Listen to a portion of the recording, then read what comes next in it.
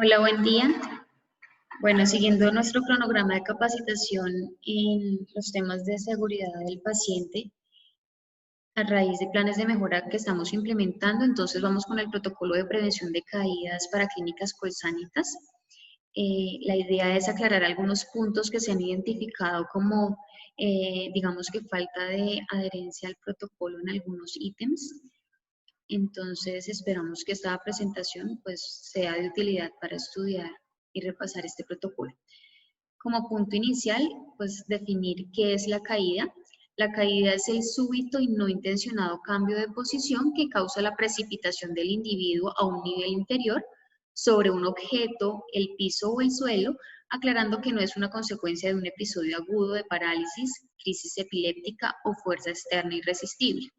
Entonces, la caída es cualquier pérdida de nivel, ¿sí? Si yo estoy de pie y caigo de rodillas, o yo estoy de pie y me caigo sentado, esa pérdida de nivel se considera caída. ¿Cuáles no se consideran caída? Cuando es un episodio agudo de una crisis epiléptica, entonces el paciente estaba de pie y se cayó y empezó a convulsionar, entonces esa no se considera como tal una caída, sino está asociada al episodio epiléptico, o una fuerza externa, por ejemplo, que tiemble y el paciente esté de pie y se caiga, pues no se considera caída. Como para iniciar, que estas son algún punto que a veces nos preguntan si esto lo reporto como caída o no lo reporto como caída. La pregunta que nos tenemos que hacer es si el individuo perdió o bajó de nivel. El proceso que se define para, digamos que abordar el tema de caídas es el siguiente. Primero necesitamos categorizar el riesgo de caída mediante la realización de la escala. Entonces, el primer paso es realizar la escala para yo saber si este paciente que tengo acá tiene más riesgo que el otro paciente que tengo de caídas, ¿sí? No es útil, digamos, que hacer esa clasificación solo como he evidenciado que algunas personas lo hacen. Yo veo que este se puede caer más que este y les pongo el punto azul. Ese no es el proceso que está por protocolo establecido. Es aplique la escala, realice la escala de la manera adecuada, vea si tiene riesgo alto e identifique. Entonces, categorizar el riesgo según la escala, que ya les voy a mostrar.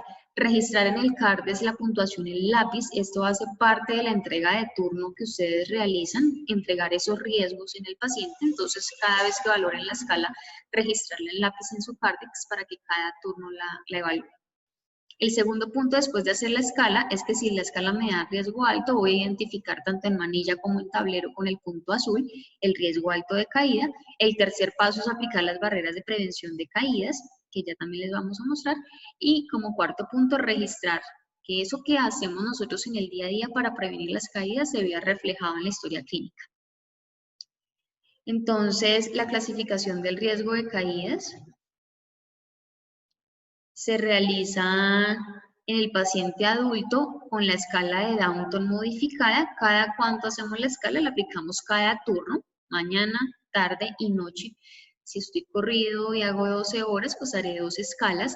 Lo ideal es que hagan su escala al recibir el turno para que ustedes al llegar sepan cuáles son los pacientes, aunque ya se supone que se lo entregaron apenas recibieron turno, esos riesgos, pero que ustedes mismos apliquen la escala y vean qué pacientes de los que tienen mayor riesgo y a cuáles van a tener, digamos que mayor atención y precaución para prevenir caídas.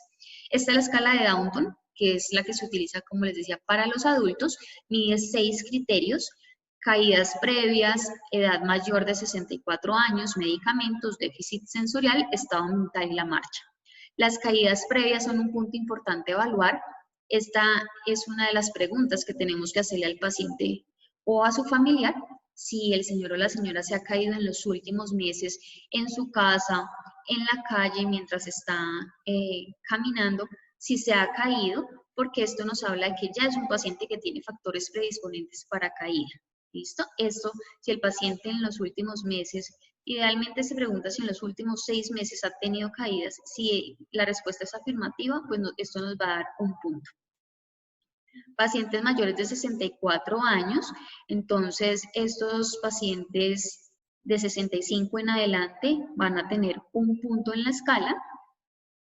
A ver si puedo señalar acá. Medicamentos es el otro ítem. Cuidado con este punto. Hay algunos pacientes que aunque pueden tener 30, 40 años, tienen 3 de estos medicamentos y ya con 3 de esos medicamentos voy a tener una escala de caída con alto riesgo, aunque no me tenga ninguno de los otros ítems que evaluamos. Entonces, en medicamentos, si tiene medicamentos diuréticos, va a tener un punto, porque se va a levantar con mayor frecuencia. Si tiene medicamentos antiparkinsonianos también, porque me va a disminuir la respuesta motora del paciente. Si tiene tranquilizantes o sedantes o estuvo en cirugía donde utilizamos estos medicamentos, entonces el paciente que viene en posoperatorio inmediato seguramente va a tener este medicamento, va a tener, digamos que efecto residual de los medicamentos que aplicamos en salas de cirugía. Hipotensores no diuréticos, los hipotensores no diuréticos también me van a generar un punto. Antidepresivos, si tiene 2 antidepresivos, ahí me va a sumar también otro punto. Analgésicos, opioides u otros, mire que aquí también tiene en cuenta otros medicamentos. Y ese también me va a dar un punto. Déficit sensorial, entonces si no tiene ninguno, pues no va a tener puntuación. Alteraciones visuales. Las alteraciones visuales no es solamente la persona que es invidente, ¿sí? Sino son aquellos pacientes que requieren de gafas para corrección de alguna patología ocular. Entonces, pacientes con hipermetropía, con miopía, con astigmatismo, que tienen gafas para esa corrección. Entonces, esta es otra pregunta que tenemos que hacer. ¿Usted en la casa utiliza gafas? ¿Sí? Si sí las utiliza, tiene una alteración visual y se debe solicitar que le traigan esas gafas a la hospitalización. Alteraciones auditivas, estas pues también se identifican cuando se requiere alzar o subir el tono de la voz para que el paciente me pueda escuchar. Seguramente pues tenemos acá una alteración auditiva que también me va a dar un punto. Déficit en miembros, pacientes que por sus patologías tengan esta alteración o un procedimiento quirúrgico realizado en miembros inferiores. ¿Sí? Debilidad en miembros inferiores, ahí tenemos otro punto. Estado mental orientado o confuso, entonces si está orientado pues no va a tener ningún punto, pero si está confuso o desorientado me va a dar un punto. Acá es importante resaltar que, por ejemplo, cada vez tenemos más pisos cortizados, ustedes como saben en código dorado vamos a tener pacientes que no tienen acompañante, que están encerrados, que no están en contacto frecuente, digamos que como sería otro paciente hospitalizado con su familiar. Entonces esto favorece la presencia de cuadros de delirium y el delirium y la desorientación sí que facilitan la presencia de caídas y también algunos otros riesgos como el de fuga. Entonces, en esos casos en donde identifiquemos tempranamente que el paciente está presentando episodios de desorientación, ya sea en persona, en tiempo o en espacio, debemos empezar a gestionar el acompañante o la enfermera acompañante para este paciente y me va a sumar un punto a la escala de caída. La marcha, si es normal, no tiene puntuación, segura pero con la ayuda tiene un punto, si es insegura, ya sea con o sin ayuda, también tiene otro punto, y si es imposible que camine, también tiene otro punto. Entonces, esta es la escala de Downton, de esta manera se mide, es imposible hacerla en el estar de enfermería sin hacer estas dos preguntas, caídas previas y si hay alguna alteración visual, ¿sí? Y sin evaluar si está orientado el paciente o no. Entonces esa es la manera como esperamos que se realice la escala de caídas para adultos, que es la de Downton. Si el paciente tiene una escala que le da 3 puntos o más de 3 puntos, entonces en este caso vamos, como les decía al inicio, a identificar el riesgo de caída alto en el paciente, porque si bien es cierto que muchos, casi todos los pacientes pueden presentar una caída en la hospitalización, lo que yo necesito marcar o identificar son los que tienen más alto riesgo, porque yo lo que quiero es generar una alerta visual que me diga que tengo 14 pacientes, pero que tengo 6 que tienen más riesgo de caerse que los otros 8. ¿Sí? Eso es lo que yo quiero identificar. No quiero ponerle punto azul a todos y que se me vuelva digamos que se vuelve paisaje. Ese punto azul no me sirve de nada, no me alerta de nada, ¿sí? Entonces esa no es la intencionalidad. El protocolo fue creado pensando en identificar a esos pacientes que tienen más alto riesgo y a los que no voy a dejar solos en el baño, así me lo soliciten. voy a hacer el acompañamiento. Si el paciente me dice que no va a permitir que me quede con él dentro del baño, no me voy a retirar de la habitación, ¿sí? Entonces, esto es lo que me indica esta alerta visual. Pongo punto en la manilla y pongo punto en el tablero. Recuerden que cuando medimos la identificación completa del riesgo, son estos dos criterios. No pongo puntos en los Cardex, porque para eso yo anoto la escala cuánto me dio la puntuación y para eso marco al paciente en manilla y en tablero. Luego de que hago, bueno, esa es la escala para el paciente adulto, pero la escala para el paciente de 1 mes de edad a los 14 años, para caídas se llama Humpty Dumpty, se hace también cada turno, mañana, tarde y noche. Si estoy 12 horas, también haré las 2 escalas al principio de cada una de mis jornadas. Este evalúa 7 parámetros: la edad, el género, se caen más los niños que las niñas, por eso la puntuación es mayor, el diagnóstico, el deterioro cognitivo, factores ambientales, cirugía y medicación. No voy a explicar cada uno de ellos porque me parece que es bastante explícita la escala. Esta, a diferencia de la escala de Downton, la puntuación no es uno para cada uno de los ítems, sino que evalúa y le dan un grado de puntuación diferente a cada uno de ellos según influya en las caídas. Que es importante, digamos, que estas escalas, como les digo, aplicarlas realmente bien a conciencia y en el tiempo que se requiere, que es al inicio de los turnos. Si el resultado de esta escala me da menor a 7 puntos, es un paciente sin riesgo aparente. Entre 7 y 11 puntos es un paciente que tiene un riesgo bajo, pero si tiene 12 o más puntos es un paciente de riesgo alto, y cuando la escala me marca riesgo alto, pues voy a hacer la identificación del riesgo, punto azul en manilla, punto azul en el tablero, registro la escala cuánto me dio en el Cardex. Y en esto sí que estamos fallando. Cuando uno revisa los Cardex, ahí no está la evaluación de la escala de caídas. Bueno, entonces eso es algo que tendremos que mejorar en este proceso.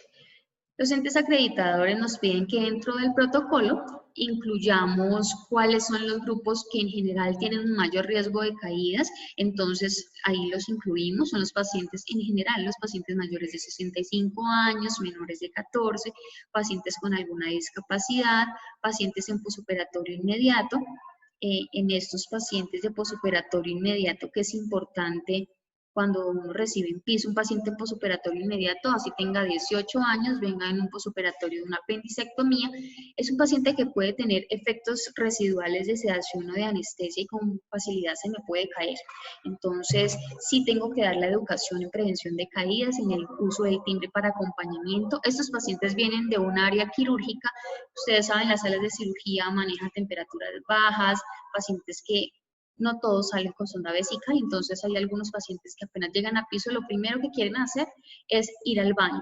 ¿Y qué pasa? Que se encuentran con algunos episodios de hipotensión ortostática que generan algunos medicamentos analgésicos como la dipirona, que cuando nos ponemos en pie pues me genera mareo y favorece que se presenten ese tipo de caídas. Entonces, atención con esto, sin importar la edad, los pacientes en posoperatorio inmediato debemos de estar ahí pendientes y atentos para prevenir las caídas.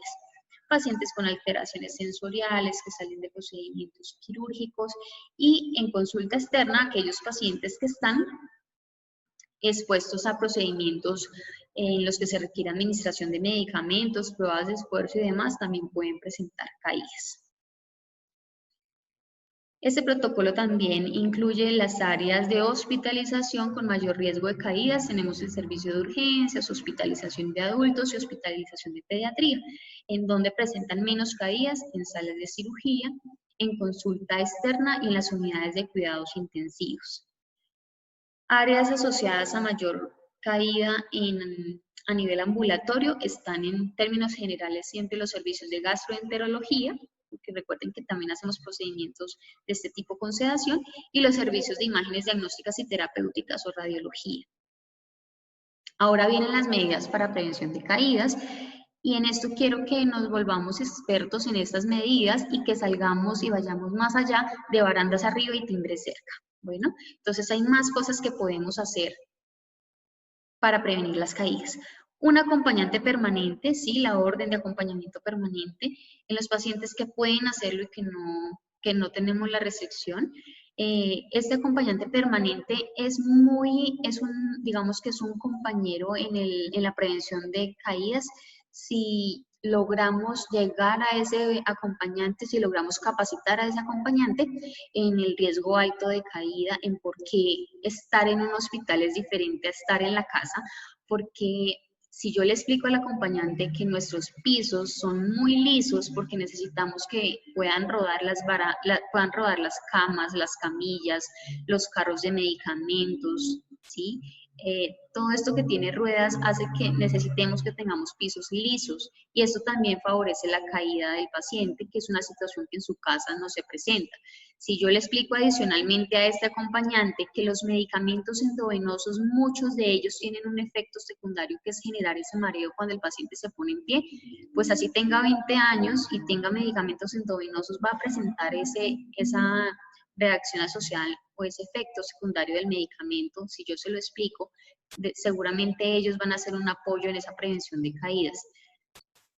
Identificación del paciente con riesgo de caída también es una barrera importante cuando yo explico por qué estoy poniendo ese punto azul, ¿sí?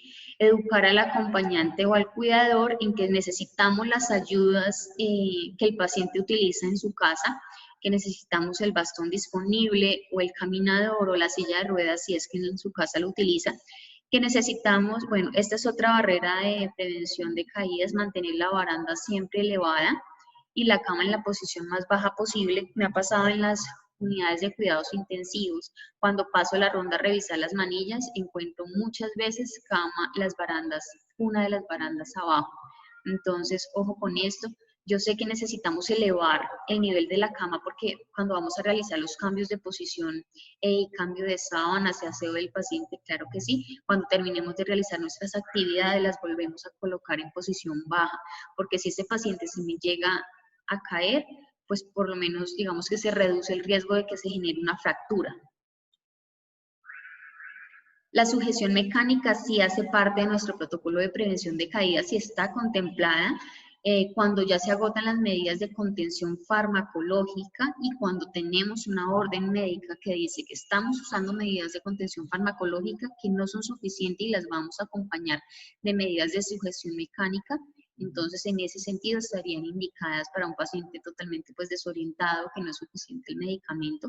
Ojo con esto, de la manera que realizamos la sujeción mecánica, porque me puede generar algunas lesiones en los pacientes, se tiene que también hacer de la manera adecuada. El acompañamiento en la deambulación, el uso del baño o la ducha y los mecanismos que necesitamos para caminar es otra manera de prevención de caídas.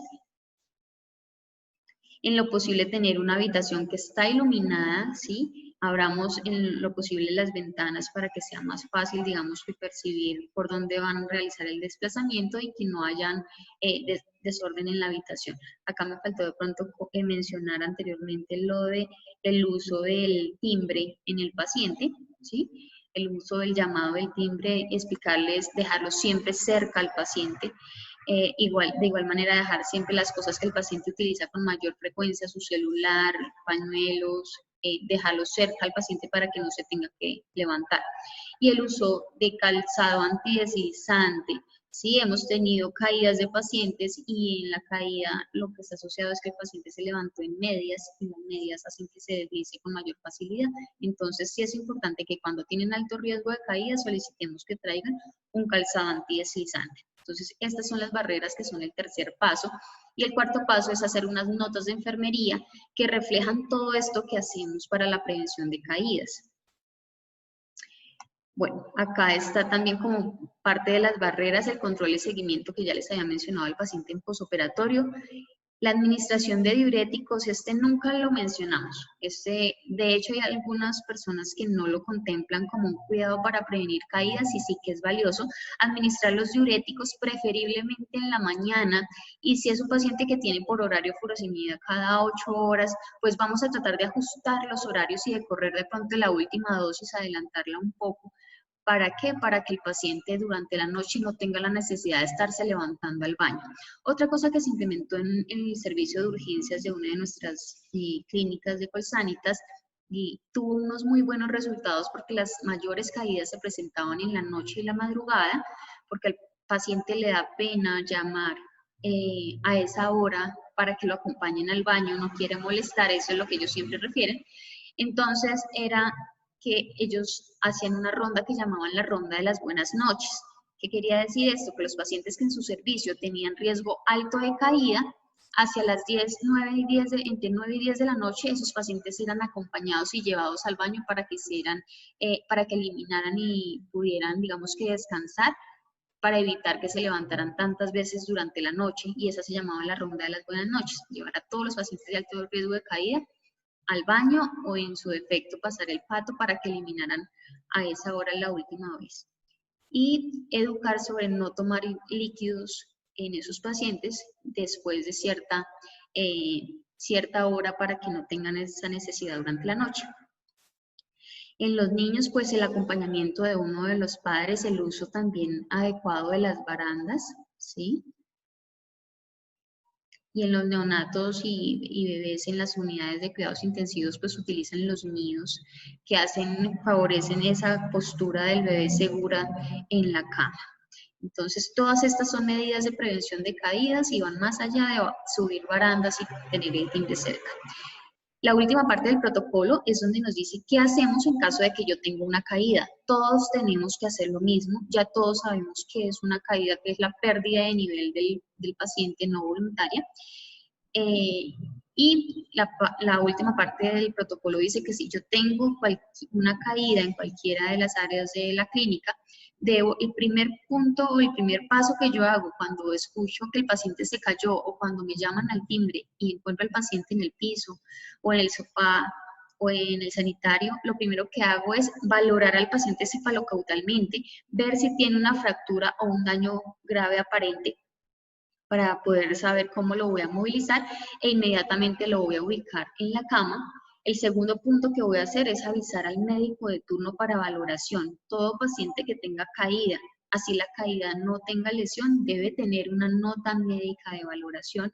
Les pido que en este punto también nosotros supervisemos que aparte de avisar al médico, que nos haga pues la nota de la valoración. El tercer punto, si el médico considera que se requieren imágenes diagnósticas o se tienen que hacer otros procedimientos, vamos a gestionar. Si esto es algo, si tuvimos un evento o un incidente relacionado con caídas, pues vamos a gestionar que estas imágenes queden hechas en nuestro turno, entregarlas ya, saber cómo salió esa imagen diagnóstica. Y si no se alcanzó a pasar en nuestro turno porque fue a las 6:30 de la mañana, 7 de la mañana y no alcanzamos, pues esto se tiene que hacer de manera prioritaria en el siguiente turno. ¿Listo? Cuarto, reforzar las acciones preventivas, pues nuevamente vamos a subir barandas, vamos a educar nuevamente en caídas, vamos a avisar al supervisor o coordinador de turno, porque si yo estoy de turno un sábado, un domingo, debo enterarme que tuvimos una caída porque debemos hacer el análisis de esa caída. Sexto punto, realizar el reporte a seguridad del paciente. Todas las caídas informan a seguridad del paciente y al departamento de enfermería. No hay motivo, no hay razón para que nos enteremos de caídas por auditoría o por la parte médica, sin que nosotros previamente conozcamos la caída y los motivos y el caso. Séptimo punto es realizar el análisis, porque tenemos que analizar qué fue lo que pasó y socializar las estrategias después del análisis. Las acciones de seguimiento son el cumplimiento pues, a las órdenes médicas posteriores a la caída. Entonces, si dicen que vamos a remitir al paciente para manejo por ortopedia de cadera, cirugía de cadera, entonces pues vamos a gestionar esas órdenes médicas. El registro en la historia clínica de evolución del paciente, y aquí voy a parar un momento. Entonces el paciente se cae. La historia clínica es un documento legal en donde yo digo y cuento la atención del paciente. Entonces una historia clínica de un paciente que se cae tendría que decir algo así como un ejemplo: paciente quien a las 6 de la mañana activa timbres, se acude a la habitación, se encuentra paciente sentado en el sofá, quien refiere haber sufrido caída desde la cama cuando se disponía a ir al baño sin avisar al grupo de enfermería, se valora paciente, se encuentra un hematoma a nivel de la frente, se informa médico de turno atento a órdenes médicas. Luego iría una nota que me diga médico valora paciente, no considera realización de imágenes diagnósticas, paciente en buen estado, no refiere dolor, ¿sí? O en caso de que se requieran imágenes diagnósticas, médico indica realización de TAC, se informa para realizar la imagen. Pero tendría que haber otra nota de enfermería que me diga cómo salió el TAC, cómo le fue al paciente, cómo siguió, ¿será que se desorientó después de la caída o nos ha referido mucho dolor? Eso hace parte de la entrega y del cuidado de enfermería, del plan de cuidado de enfermería. Entonces, no se me puede perder. Todas las caídas se analizan. Y cuando uno analiza las caídas, entonces el paciente se cayó a las 2 de la mañana y solo dicen que se cayó y no hay otra nota más. ¿Cómo salió el TAC? ¿Cómo salió la radiografía? El paciente refirió dolor, siguió bien, nada, no aparece nada escrito. Entonces esa es la recomendación en cuanto a las notas de enfermería. No las clasifiquen, por favor, no digan que paciente quien sufre evento adverso, no lo clasifiquen, eso hace parte del análisis, no de la atención. Simplemente se refiere cómo se presentó la caída, cómo está el paciente, que es lo más importante, si tiene lesiones o no, ¿sí? Eso sí debe hacer parte de las notas, pero la clasificación lo hacemos cuando hacemos el análisis.